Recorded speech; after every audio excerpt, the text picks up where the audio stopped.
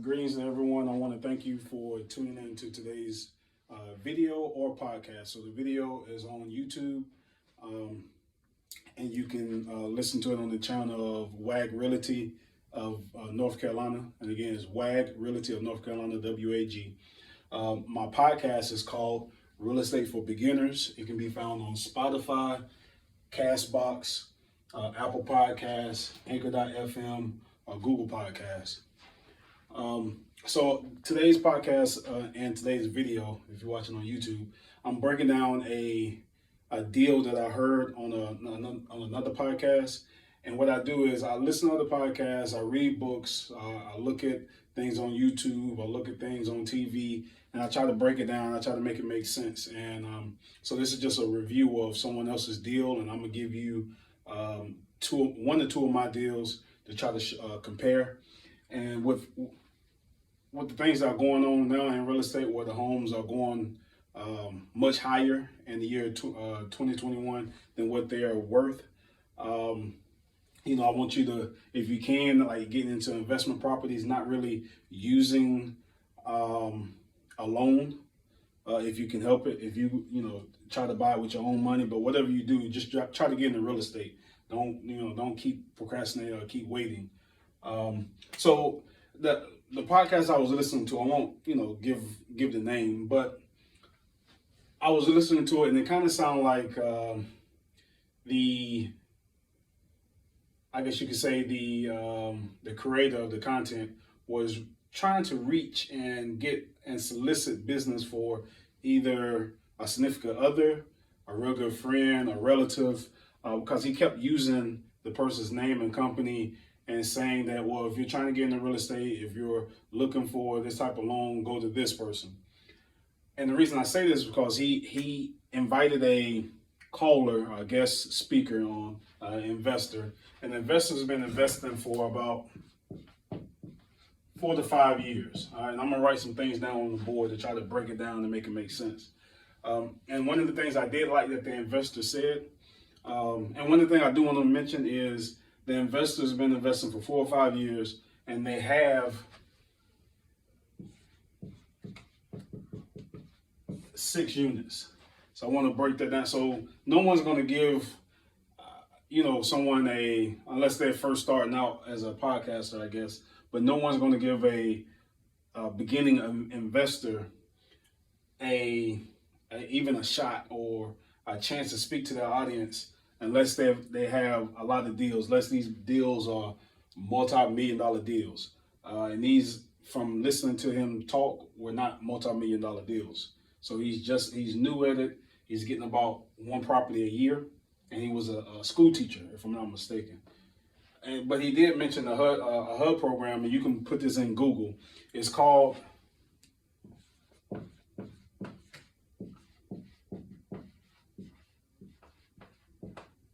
Good Neighbor. Let me erase this.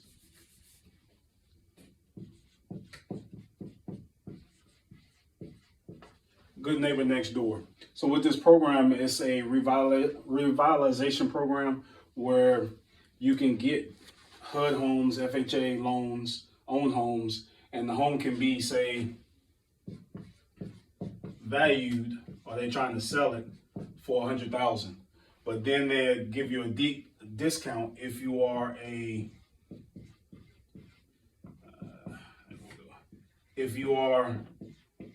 doctor, a school teacher, a nurse, firefighter, or a police officer. So the home will cost $100,000 and then knock off $50,000. Some of the homes, especially I think he got in 2014, some of the homes will need some work. But for the most part, like I say, it's a revitalization program. You can go to the website. If you type it in Google, Good Neighbor Next Door, and then take you to the website, and you can see every different state, wherever you live in the United States, it'll break down the different cities and how many homes in that city are in this program. Not all homes will fall up under this, but it's usually for like rural areas or small cities, and they're trying to get people that will not just up and move, that have a sustainable job, and so the cities can get their taxes, the municipalities as they call it, can get all their fees and sustain themselves throughout the citizens in the city. So he has, we go back to the 6 units, and what he did a house hacking program, a house hacking method, where with this program, you have to live in the home for 3 years. So he stayed upstairs, him and his family, and he rented downstairs. A couple years later, I don't know what year it was exactly. So that was a duplex. So a couple years later, he bought a quadplex, a fourplex. So that's what made the 6 units. He said what he's bringing home, the NOI, is $1,100. Now, he never mentioned how much the taxes, the insurance, how much he pays for mortgage on these properties. He just so it was kind of vague, but this threw up a red light for me, a sign. So I was like, well, that doesn't seem right. That's not a lot of money. And the reason I want, a lot of people say, well, use someone else's money, but I'm here to tell you. I'm gonna switch. If you can use someone else's money, that's great. If you have to get a loan, just run the numbers. You want to buy in the wedge. If you don't know what that means, you can look it up. I heard a lot of people talk about this. I had to learn it myself. But you want to buy at the right price. So that breaks down to being around, I think, per unit, $183 per unit. He said his goal was to get 12 units and to be making, so $4,000 a month. So his wife wouldn't have to work anymore. He wouldn't have to work anymore. Or his wife wouldn't have to work as much. But that would offset, I guess, his teaching income. And I started thinking, so I did that math, 4,000 about 12 times, and that came out to about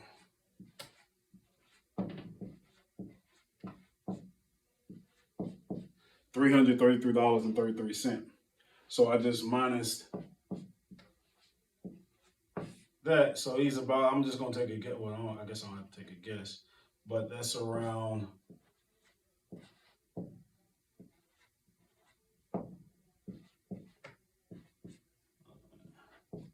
let me double check my math. All right. So it's around $150 short. The way I feel. So he, to make that 4,000 to get $333 per property. He had to either, and I don't know what type of amortization he's on, like how long it's gonna take him to pay off the properties, 5 years, 7, 10, 25, or 30. He was kind of vague on some of the things, but he's $150 short per property, I feel. And the reason I feel like this, and I'm gonna switch sides again, excuse me. I'm gonna give you an example of some properties that I have.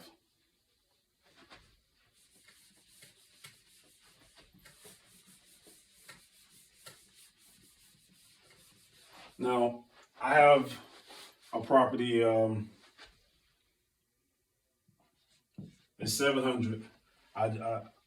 I'm paying, just trying to help the person who's living in there because her niece moved out. It was an older lady and her niece. Her niece moved out, and so I'm paying. I raised the rent from $600 to $700. And you're saying, well, why did you do that? I thought you were going to be helping them. Well, I'm paying the water, and we'll say the water is, 90 a month, even though it's not that high. And then I'm paying also, I put Duke on here, Duke Energy. Say that's 130. We even go up even higher than that. We go up to 140 a month. The insurance is 70. Say taxes are 70 a month. So try to do my quick math. So So 280. That'll be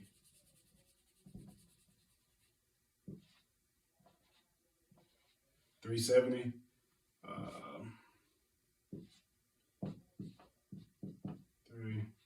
So that'd be 330 a month. All right. So that off of one property, after paying everything, and like I said, I own this free and clear. What I do, I don't. We invest with my company. We invest in low income areas, B, C, and D class communities. This property right here is by HBCU. If you don't know, that's a historically black college. So it's by a college. It's not that far from downtown. So $330 a month, free and clear. I bought the property for I think $6,000 or $7,000, and that's how I buy a lot of my properties. So the properties I buy are pretty bad. But like I say, I give them a nice property, but with reduced rent. I give you another one in the same city, but this one's by a hospital. So that's $750. There, I only pay. We'll go high with the insurance, high with the taxes. So that's $550. So we'll bring that over here. So with two properties alone, I'm bringing in $880. And I think he was bringing in. He told me net operating income. I told the listeners net operating income was $1,100. So of my two properties, I'm making like 2/3 of what he's making off of 6. All right. So this is what I mean by buying in the wedge. You don't want to right now in 2021, you may have a property that's selling for $300,000, but the property is really worth $250, and you got to come out of pocket. And some people are willing to do that. You want to make sure that you walk these properties. You want to make sure that you're not over pricing yourself. What I mean by that is putting things in there that where you won't get a return on your investment. Putting marble somewhere, hardwood floors. I mean, if you can keep the hardwood floors, because I have hardwood floors in here to do that. But I have like linoleum, LVP in this house, most of this house, I should say. But you want to make sure that you're doing things that's going to fit your budget.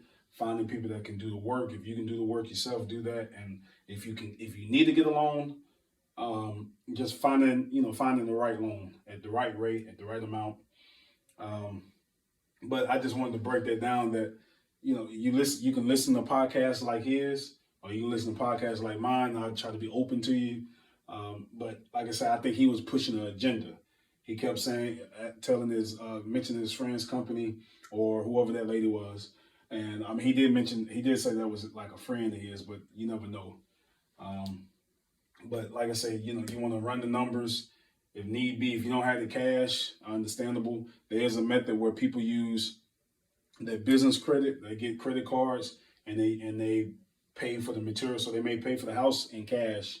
They may put $5,000 for the house, and then they use credit cards to fix it up. And so your credit card payment may be, say, even if I had a credit card payment for both of those, and it came out to, say $250 a month. So you're looking at still bringing home $630. All right, and $250 a month will probably be, and I do a lot of the work myself. But $250 a month will probably be somewhere around a $10,000 or $15,000 credit card. Could be I say $10,000 to $12,000 or $13,000 credit card. So $630, depending on your interest rates. But $630 off 2 properties, I'm still bringing in half the amount that he is on 6. But my whole channel is to motivate people and to show people that you can buy cheap properties in cheap locations and charge cheap rent and still come out on top. You don't need to try to get rich off of every property. So please check me out on my podcast, Real Estate for Beginners. You can contact me on Instagram, which is @Peachtree Property Management, and on Instagram it's @Peachtree Property Management. And on YouTube, you can find me at WAG Realty of North Carolina. And again, it's WAG Realty of North Carolina. Thank you. And if you want to contact me, you can also contact me at on Facebook or Twitter. But my Facebook is WAG Realty, and my Twitter is @Goodlet Jr. So, thank you.